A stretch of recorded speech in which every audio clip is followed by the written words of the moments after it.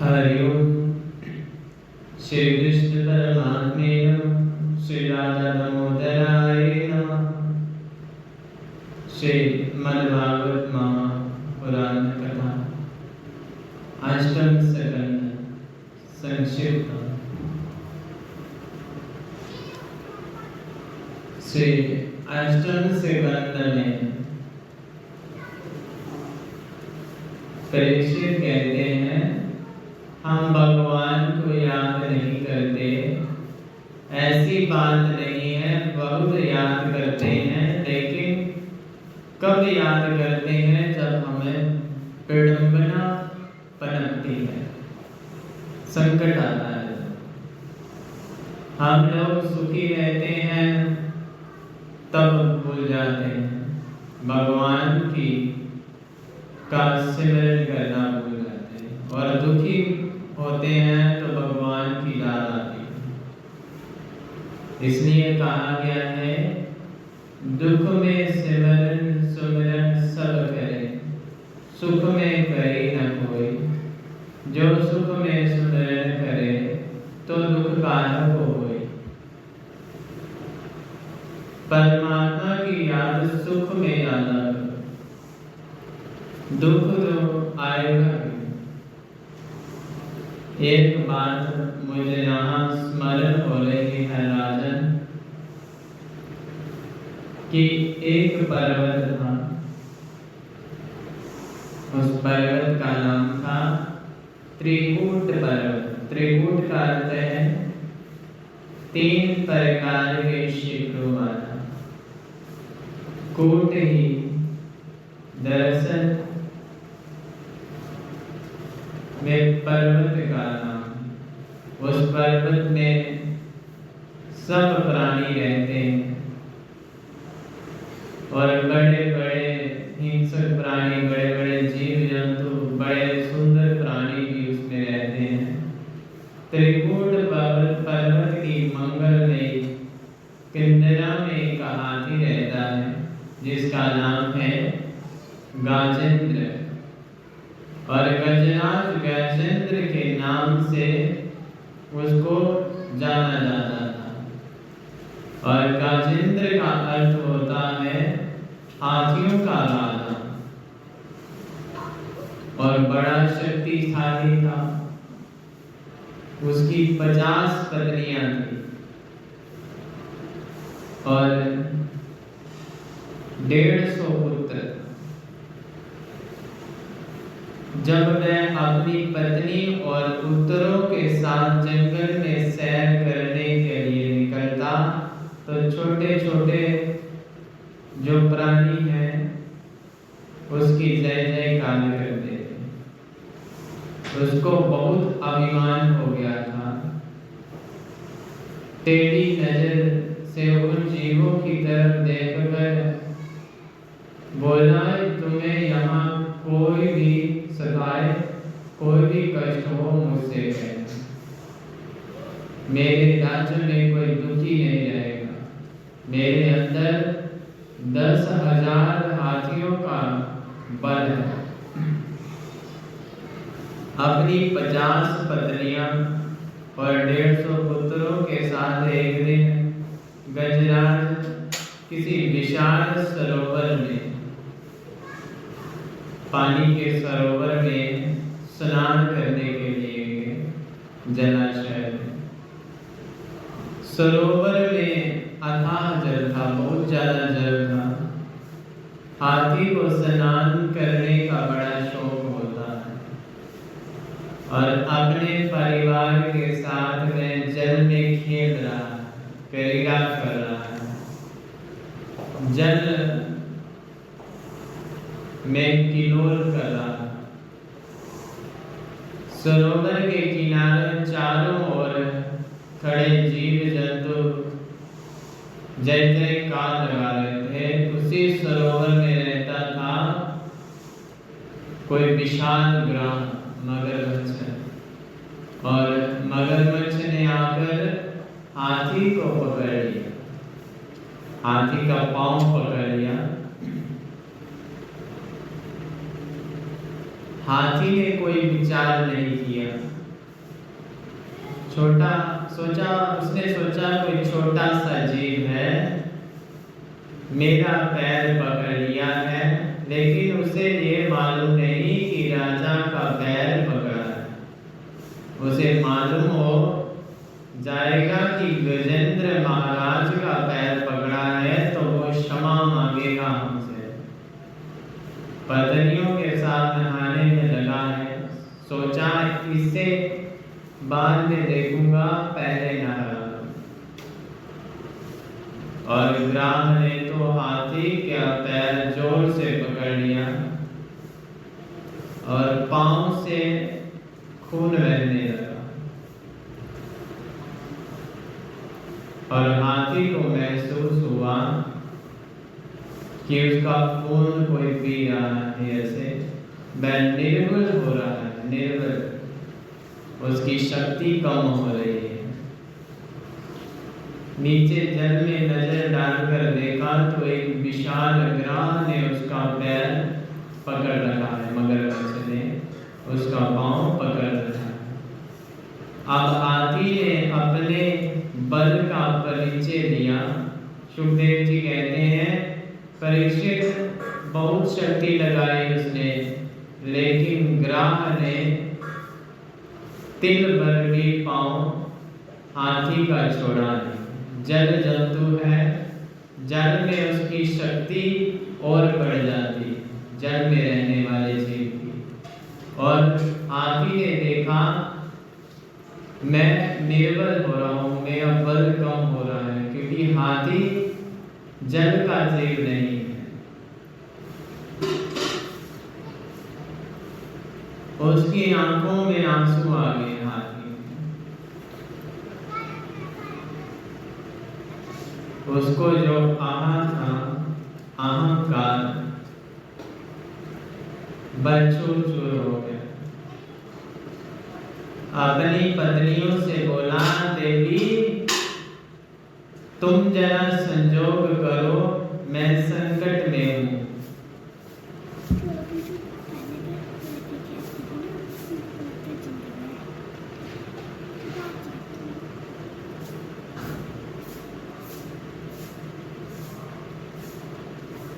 अपनी पत्नियों से बोला देवी तुम जरा सहयोग करो, मैं संकट में हूं। अपने पुत्रों से कहा बेटा मेरी सहायता करो, मैं संकट में हूं। पत्नी और बच्चे सब स्नान छोड़कर आए, बाहर निकल गए और हाथी की सूंड से सूंड मिलाकर खींचने का प्रयास करते हैं। थोड़ा बाहर होके, पीछे होके उन्होंने काफी जोर लगाया, लेकिन ग्राह ने थोड़ा भी हाथी को हिलने नहीं दिया, बल्कि उसे खींचकर और जल में लेकर जा रहे हैं।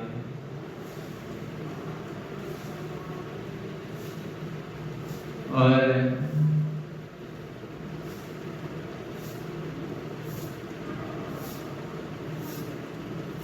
थोड़ी देर तक, थोड़े समय तक, कुछ काल तक बच्चों ने भी प्रयास किया और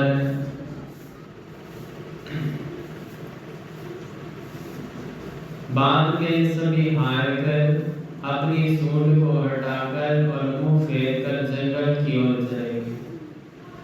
गजराज पुकारता है बच्चों मुझे ऐसे संकट में छोड़कर कहां जा रहे हो? गाजेंद्र के बच्चों और पत्नी ने कहा पिताजी परेश्वर हम सब थक गए हैं, आप तो भीतर से निकलते ही नहीं। गजराज ने अपनी पत्नियों से कहा देखा तुमने जिन पुत्रों को मैंने प्राणों से भी बढ़कर पाला है, प्रेम किया है, वह पुत्र मुझे संकट में छोड़कर चले जा रहे हैं। बेचारी पत्नियां कहती हैं मैं बोर नहीं खींच पाएंगी। उन्होंने भी बच्चों के साथ प्रस्थान कर दिया और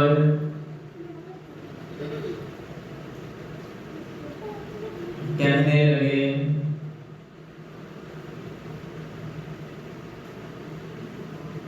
कि हम जा रहे हैं। मैं भी अपने बच्चों के साथ चली गई और गजराज की आंखों में आंसू बह रहे हैं और मन में सोचते हैं मैं कितना ना समझ हूं। जिन पत्नियां और बच्चों का प्राणों से भी बढ़कर देखभाल किया करता था, इतना मोह था जिनके साथ,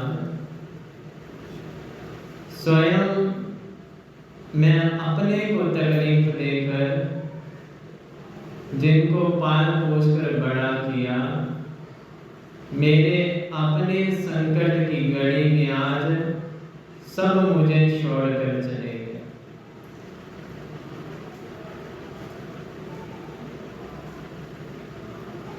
तो उसके मन में आया इस संसारिक प्राणियों से क्या सहायता मांगू। सहायता ही मांगनी है तो प्रभु से मांगता हूँ, इनसे क्या मांगना संसार में। हाथी ने अपनी आंखें बंद की जब डूबने वाला था, सिर्फ नाक बाहर रह गई, आंखें पर नाक ऊपर की हुई थी, वो थोड़ी सी बची थी। अब उसकी शक्ति क्षीण हो चली थी। ग्राम उसे खींचकर जल में ले जाना चाहता है, लेकिन गाजेंद्र ने अपनी सूंड को ऊपर उठाकर प्रभु का चिंतन किया, प्रभु को पुकारा। जब सूंड थोड़ी सी बची थी तब सज्जनों आश्चर्य की बात है कि हाथी ने भगवान की स्तुति की उस समय जब कोई सहारा नहीं मिला। ये बहुत बड़ा स्तोत्र है, इसका नाम है गाजेंद्र मोक्ष, जो उस हाथी ने सतवन किया उस समय भगवान की स्तुति की। गाजेंद्र मोक्ष स्तोत्र से भगवान की स्तुति की। और भागवत का बहुत बड़ा सुंदर श्लोक है। इस स्तोत्र का जो भक्ति के साथ पाठ करता है उसके संकट कट जाते हैं और इसका बहुत बड़ा अनुष्ठान भी होता है। लेकिन गाजेंद्र ने जो भगवान की स्तुति की है, इसमें नाम किसी का नहीं है। वह कहते हैं एवं वयवसिति वसितो बुद्धया समादाय मनोहरि जजापं परमं जातयं प्रागजन्मन्य निशिक्षितम्। गजराज ने बड़ी मंगल स्तुति की और भगवान की स्तुति की बड़ी प्यारी, परंतु नाम किसी का नहीं लिया। गजराज कहता है जिसने सारी सृष्टि बनाई है, मेरे अंदर बोलने की हंसने की शक्ति दी है, उसे मैं प्रणाम करता हूँ, वो आकर मेरी रक्षा करे। जिसकी कृपा के बिना पेड़ का पत्ता नहीं हिलता, जिसकी इच्छा के बिना देवता भी कोई कार्य नहीं कर सकते, और जिसकी आज्ञा के बिना चंद्रमा और सूरज भी नहीं चढ़ सकते, मैं उन्हीं को प्रणाम करता हूँ, वो आकर मेरी रक्षा करे।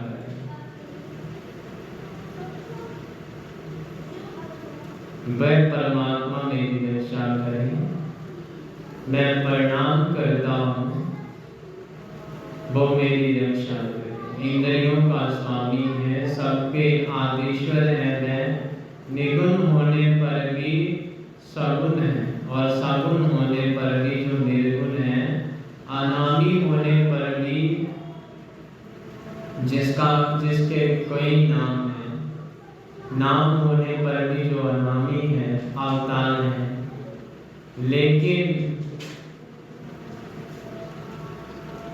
अवतार लेकर भी जो अजन्मा है और जो अजन्मा होकर भी अवतार लेता है, मैं उस पर ब्रह्मा को प्रणाम करता हूँ, वो मेरी रक्षा करे।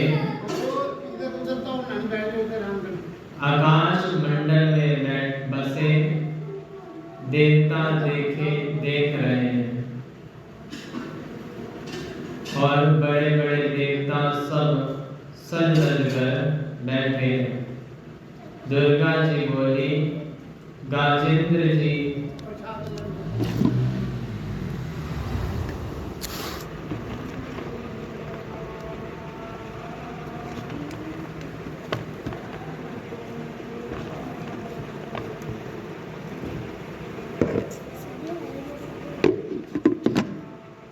गाजेंद्र के जीवन में संकट आया, लेकिन मेरा नाम लेकर तो पुकारा नहीं, मैं बचाने क्यों जाऊं?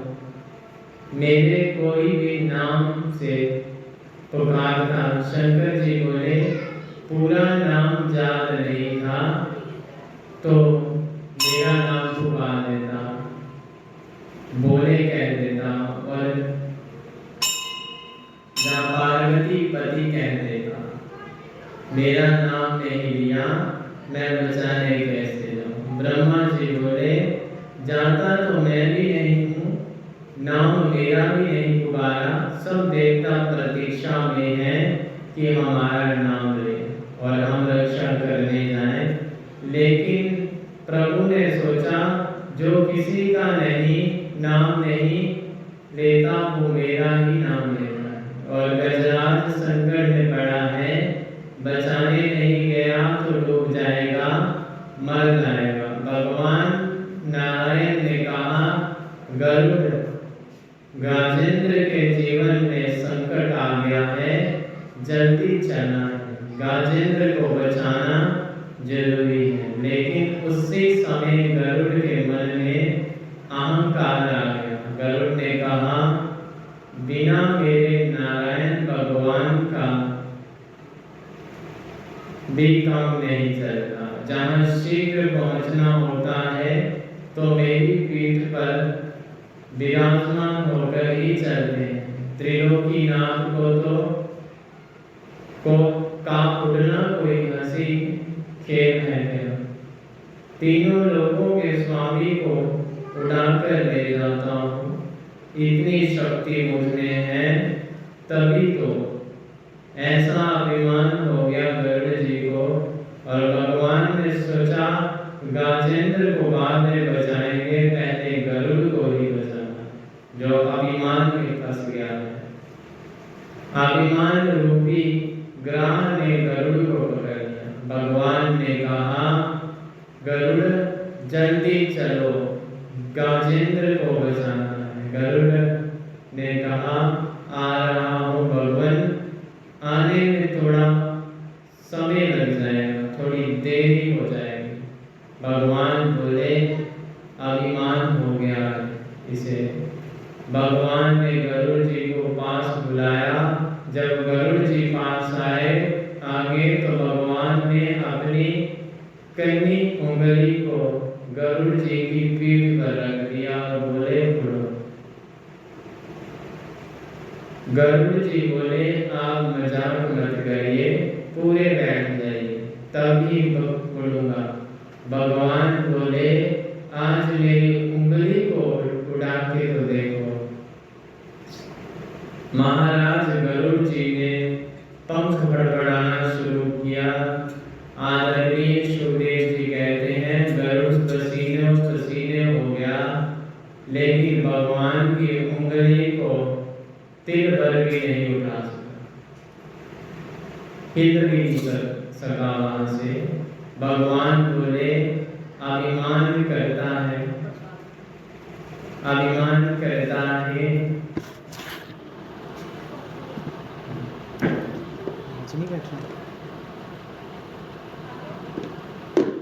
अभिमान करता है। भगवान कहते हैं अभिमान करते हो।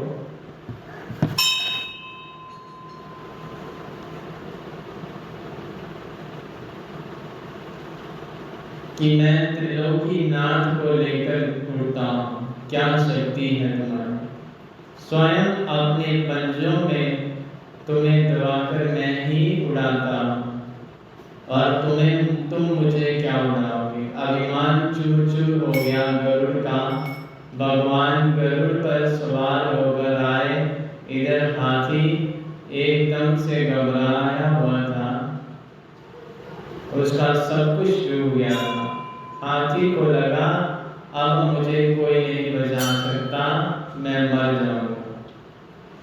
ग्राह ने हाथी को इतना खींचा कि सूंड भी बाहर नहीं रही, थोड़ी सी रह गई थी बाहर। इतने में गाजेंद्र ने देखा गरुड़ पर सवार होकर भगवान श्रीमन नारायण आ गए हैं।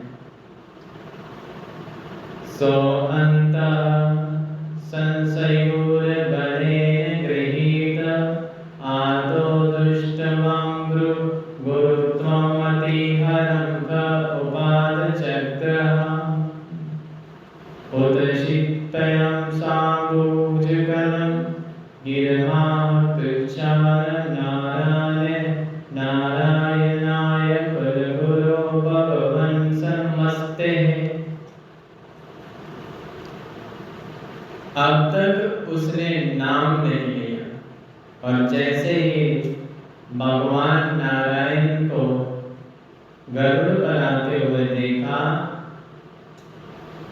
जल में से धुंधला धुंधला तुरंत कमल के फूल को तोड़ लिया और उस कमल के फूल को भगवान के चरणों की ओर चढ़ाकर बोला, हे नारायण। के फूल को गोविंद के चरणों की ओर चढ़ाकर बोला, हे नारायण, हे अखिल गुरु, आपको बारंबार प्रणाम करता हूं।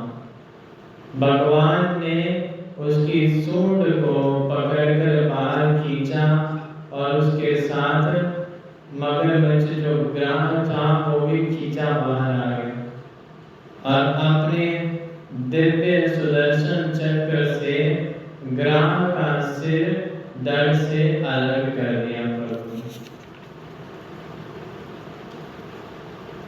इस कथा का अर्थ यह है दीक्षित,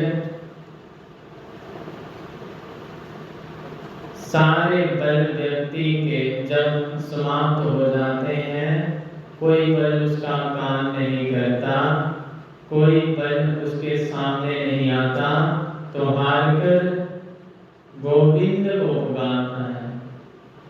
गजेंद्र ने जब कन्हैया का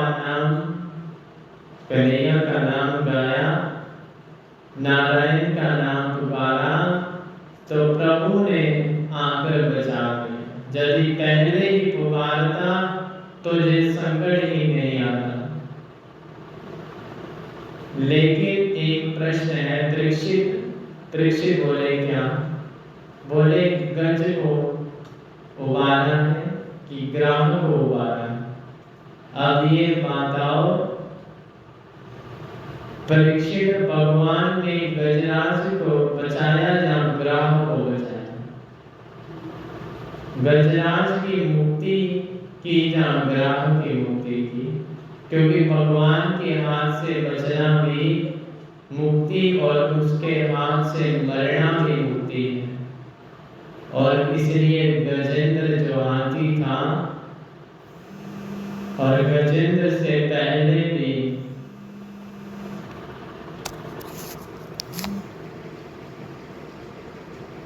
मुक्ति ग्राह को मिल गई, आज उस ग्राह को मोक्ष मिल गया। और गजराज को प्रभु ने बचा लिया।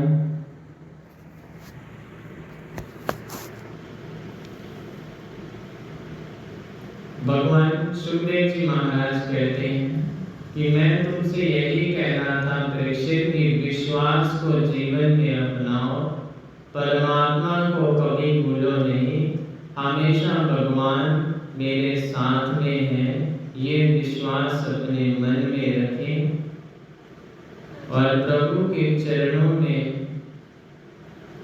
भूलकर भी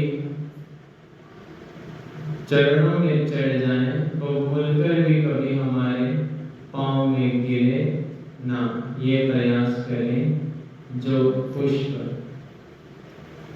और जो मन भगवान में लग जाए वो हमें कभी भूलना नहीं चाहिए। और दुर्वासा जी एक बार भगवान के धाम में गए थे। भगवान ने अपनी प्रसादी माला दुर्वासा जी को पहनाई। दुर्वासा जी ने उस माला को लेकर चले गए सीधे इंद्र के पास। इंद्र ने संत दुर्वासा को स्वादिष्ट भोजन करवा दिया और दुर्वासा जी ने भी वो प्रसादी माला इंद्र को पहना दी। हाथी ने माला को तोड़कर पैरों के नीचे धर दिया। तो जानते हो परिणाम क्या हुआ। इंद्र को लक्ष्मी से भ्रष्ट होना पड़ा। इंद्र के अभिमान के कारण, माला फेंकने के कारण इंद्र के पूरे राज्य को राजा बलि ने छीन लिया। दैत्य लोग सम्राट बन गए, राजा बन गए। फिर देवताओं को लक्ष्य करके प्रभु ने समुद्र मंथन करवाया और वासुकी नाग को रस्सी बनाया और मंदराचल पर्वत को मंथने के लिए बनाया और नीचे भगवान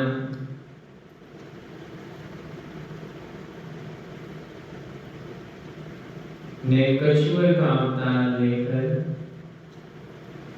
दैत्यों और देवताओं ने समुद्र मंथन आरंभ किया।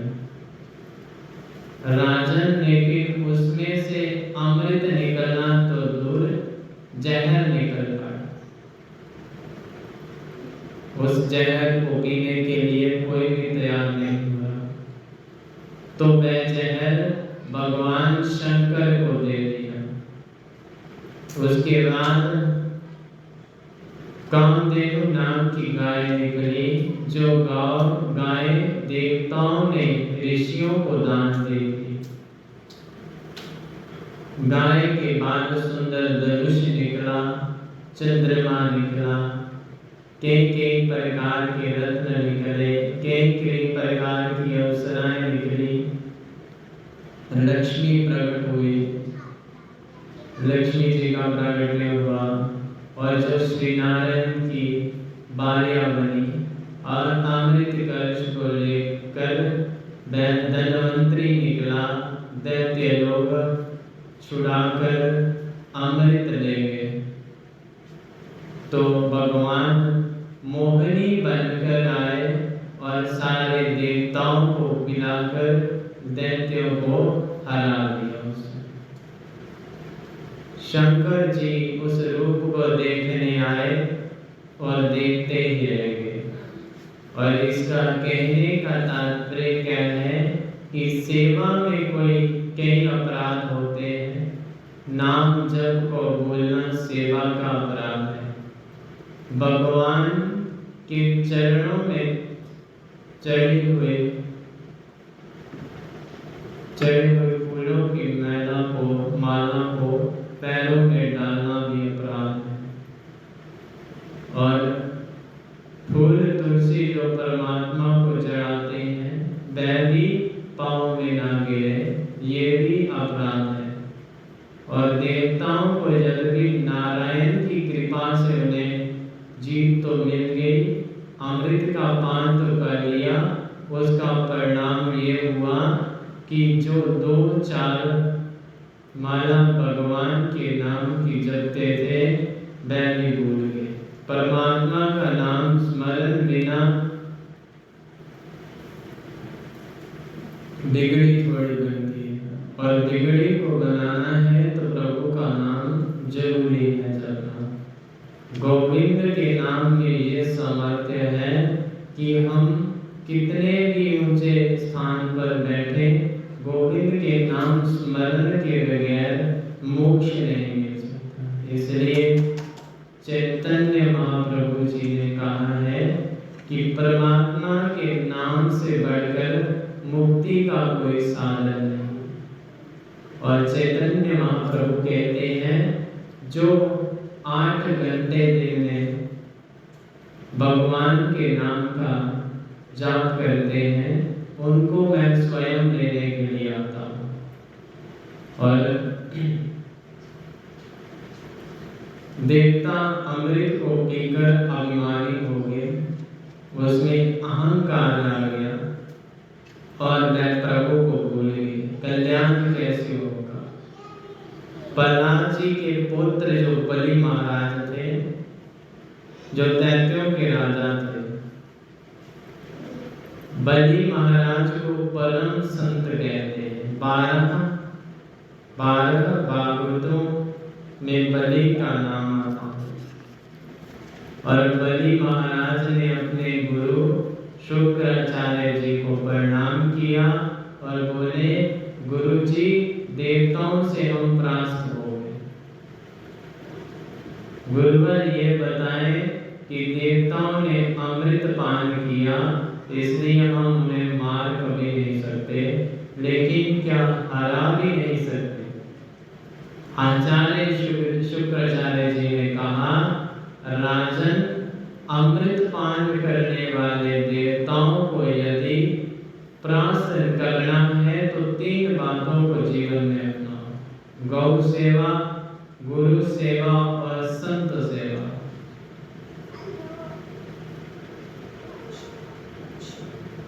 गौ सेवा हर एक व्यक्ति को करना चाहिए। एक दिन शुक्राचार्य जी ने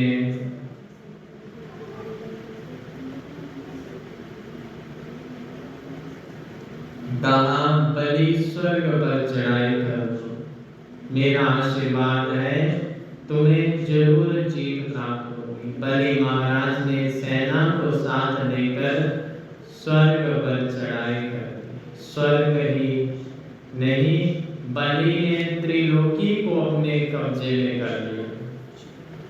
त्रिलोकी के सम्राट बन गए राजा बलि। बलि महाराज त्रिलोकी के राजा बने, जिनकी मन स्थिति बन गई और देवता मारे मारे फिरने लगे। तो पुत्र के जीवन में जब कष्ट आता है, दुख आता है, तो सबसे ज्यादा कष्ट माँ को, और माँ से बढ़कर और किसी को कष्ट नहीं होता।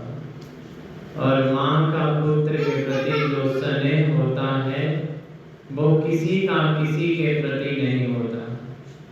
देवराज इंद्र और देवताओं की माँ का नाम है आदिति, और माता आदिति ने अपने महल में आज उदास बैठी हुई है, शांत बैठी है। भगवान श्री कश्यप जी महाराज ने आदिति देवी से पूछा, देवी आजकल आप इतनी उदास क्यों रहती हैं, क्या कारण है, क्या बात है? तो आपका पूजा पाठ नित्य चल रहा है ना? क्योंकि जिनको रोज प्रभु की नाम जपने की आदत है वो एक दिन भी बिना जपे नहीं रह सकते, प्रभु के दर्शन के बिना नहीं रह सकते, उनका मन उदास हो जाता है। जिन लोगों ने प्रभु के नाम की आदत डाली है उनका उनका पूरा दिन उदासीन हो जाता है। इसलिए भगवान कच्छप महर्षि कच्छप ने माता दीदी से पूछा, सब ठीक तो है? माता दीदी बोली, सब प्रकार का आनंद है, कोई कमी नहीं है। हमारी उदासी का मूल कारण एक है, मेरे पुत्र देवताओं के स्वर्ग को राजा बलि ने उनसे छुड़ा लिया और देवताओं के स्वर्ग को ही क्या, तीनों लोगों को बलि ने अपने कब्जे में कर लिया है। यही मेरे दुख का कारण। हे भगवान, मैं अनहित किसी का भी नहीं चाहती, करना चाहती, किसी को मारना नहीं चाहती। ऐसा कोई पुत्र मेरे घर जन्म लेकर आए कि मेरे पुत्र इंद्र को के स्वर्ग आदि सुख को वापिस उसे दिला दे, और ऐसा कोई बुद्धिमान बालक मेरे घर में जन्म ले। कितने संकट की बात है। आज मेरे पुत्र इंद्र आदि मारे मारे भटक रहे हैं। भगवान कच्छप ने अपनी पत्नी को समझाया, कम देहो भौतिको अनंता कवचात्मा प्रकृते परः कस्य के पति पुत्रारामो एवं ही कारण। देवी, कौन किसका पुत्र है, कौन किसकी माता, ये मोह ही एकमात्र कारण है। मोह से ही जीव की ऐसी परिस्थिति बन जाती है, हम हमारे घर में बैठे।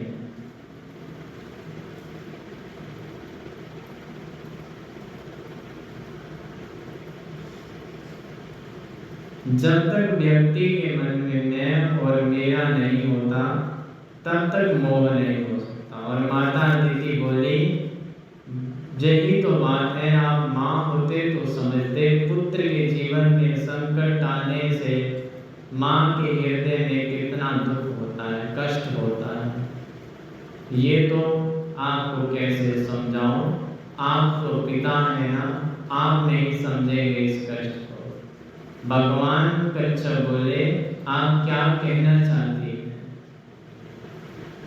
माता कहती है, मैं चाहती हूँ कि मेरे घर ऐसा कोई बुद्धिमान पुत्र हो जो देवताओं के तीनों लोगों को लाकर उन्हें प्रदान कर दे। भगवान कच्छप बोले, तुम्हें देवी, मैं तुम्हें 12 दिन का व्रत बताता हूँ। जे फागुन महीने के शुक्ल पक्ष में व्रत किया जाता है, इसका नाम है पयो व्रत। प्रतिपदा से लेकर त्रयोदशी तक का व्रत होगा। प्रातः जल्दी उठकर भगवान के चरणों में प्रणाम करना, जगेश भगवान से स्तुति करना। इस स्तुति का तुम नियमित जाप करोगी तो मुझे लगता है भगवान तुम्हारे घर स्वयं पुत्र बन के आएंगे। बोल सच्चे दरबार की जय, सच्चियों जोता वाली माता तेरी सदा ही जय। बोलो श्री राम जय राम, जय जय राम। बोलो श्री राम जय राम, जय जय राम। बोलो श्री राम जय राम, जय जय राम। बोलो श्री राम जय राम, जय जय राम। बोलो श्री राम जय राम, जय जय राम। बोलो श्री राम जय राम, जय जय राम। बोलो श्री राम जय राम, जय जय राम। बोलो श्री राम जय राम, जय जय राम। बोलो श्री राम जय राम, जय जय राम। बोलो श्री राम जय राम, जय जय